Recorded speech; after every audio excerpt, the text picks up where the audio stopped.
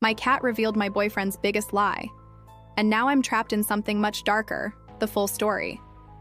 My boyfriend, 28M, and I, 26F, had been living together for almost 2 years in a small, cozy apartment with our cat, Willow.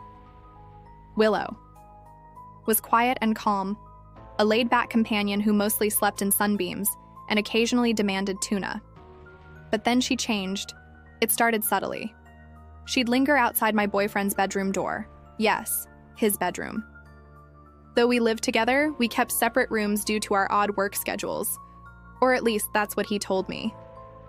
Willow would follow him in and then bolt out seconds later, meowing loudly, tail twitching, scratching the door.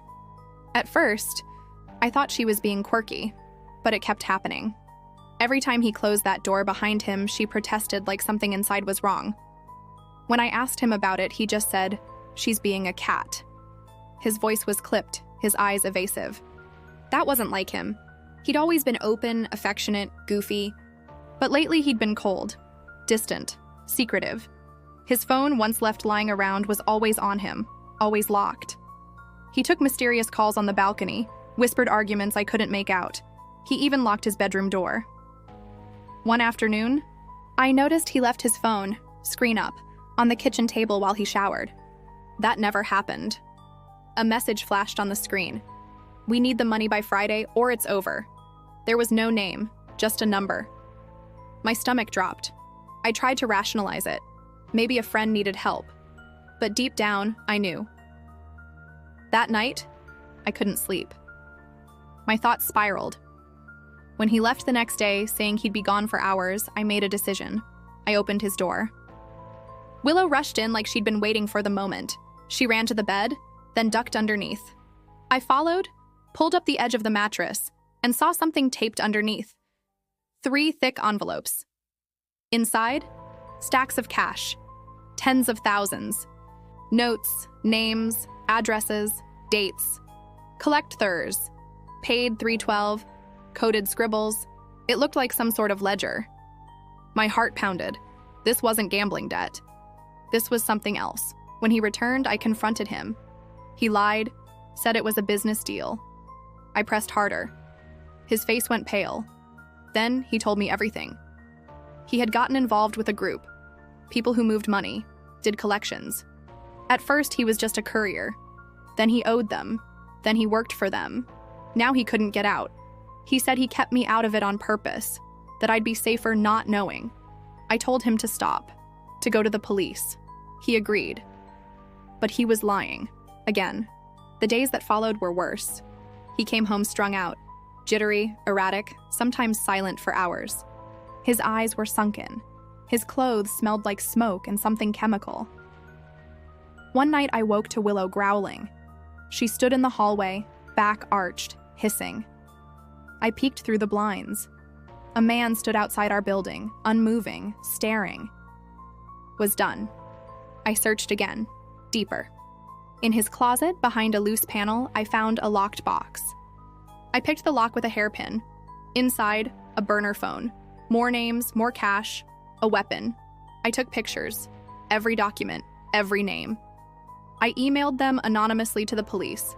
Then I left. He blew up my phone, texts, voicemails saying he loved me, begging me to come back. He showed up at the apartment 3 days later. Hi, eyes red. Willow hissed and ran. I didn't speak. I just walked out. A week later, the police contacted me. My tip led to a series of arrests. He was one of them. But he cooperated, gave up names, operations. He was placed into protective custody, rehab too. As for me, I started over. I moved in with my best friend for a while. Willow and I found a new place eventually. She's back to lounging in the sun, chasing dust motes. But I'll never forget what she did. She warned me. She knew, and I listened. Maybe I was never in real danger. Or maybe I was inches from something life-shattering. I'll never know. But I do know this. No matter how much you love someone, secrets can drown you. Lies can ruin you. And sometimes the quietest voice, or the smallest meow, is the one that saves you. I'm healing now. Slowly. I still look over my shoulder sometimes, but I breathe easier. Willow purrs louder.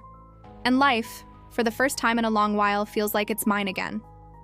But then something new happened. About a month after settling into our new place, I received an unmarked envelope in the mail. Inside was a single USB drive. No return. Address, no note. I hesitated, but curiosity won.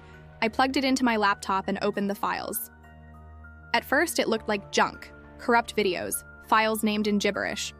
But then I found one labeled Willow Cam 1. It was footage from a hidden camera, apparently set up in our old apartment. The video showed Willow prowling the living room. At one point, she paused, sniffing near a large bookshelf. Then she started pawing at a section near the floor. Slowly, a hidden panel slid open, revealing a dark, narrow hallway. Willow slipped inside. The camera switched to a second angle, night vision. It showed a hidden room I had never seen. It was small, claustrophobic. On one side were filing cabinets and ledgers stacked high. On the other side, weapons. And in the shadows, cages. Empty, but clearly used. Stains on the floor. Shackles. My blood ran cold. This wasn't just a criminal operation. This was something worse. Trafficking, maybe. Torture. A secret prison? I didn't know. But it explained the depth of the fear I'd felt without fully understanding it. I immediately forwarded the footage to the detective who had handled my tip before. Within hours, they raided the old building. The room was there, exactly as shown. What shocked them most was that it had been there for years, hidden behind reinforced walls, undetectable unless you knew exactly where to look, or unless your cat had an uncanny instinct for danger. The news broke the next day. Secret room linked to criminal network found in local apartment. Anonymous tip leads police to chilling. Discovery. No names were released, but I knew. And I stayed anonymous. Later that week, a final video appeared in the same folder. It was security cam footage, dated just days before the raid. It showed my boyfriend, thinner, more ragged, standing in that secret room. He looked straight at the camera. He mouthed something. I replayed it 10 times before I understood. I didn't know. I swear. I didn't know. And maybe that was true. Maybe he didn't know how deep it went. Maybe he was just another pawn. But I couldn't risk believing that.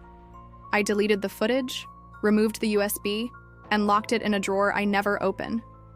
Willow, once again, saved my life. I owe her everything, and this time I won't ignore the signs ever again.